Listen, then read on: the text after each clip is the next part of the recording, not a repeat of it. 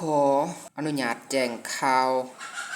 มรณกรรมข้าพเจ้าครอบครัวทานนางเดิมศรีสมวรพร้อมด้วยญาติพี่น้องและลูกหลานขอแจ้งข่าวความเศร้าสลดใจ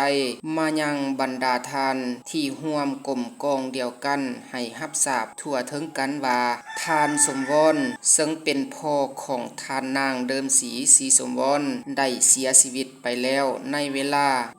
7:20 นาทีของวันที่ 12 สิงหาคม 2024ศพของเพิ่นได้บำเพ็ญอยู่เฮือนของผู้เกี่ยวเองที่บ้านดากเหียดเมืองซานไซแขวงอัตตปือวันสถาปกิจศพหรือวันออกปาแม้นจะได้จัดขึ้นในวันอังคารกงกับวันที่ 13 สิงหาคม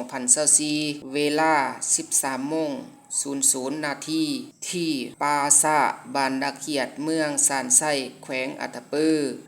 ดังนั้นจึงแจ้งมายังบรรดาทานทุกภาคส่วนหมู่เพื่อนมิตรสหายที่อยู่ไกลหรือใกล้ให้รับทราบทั่วถึงกัน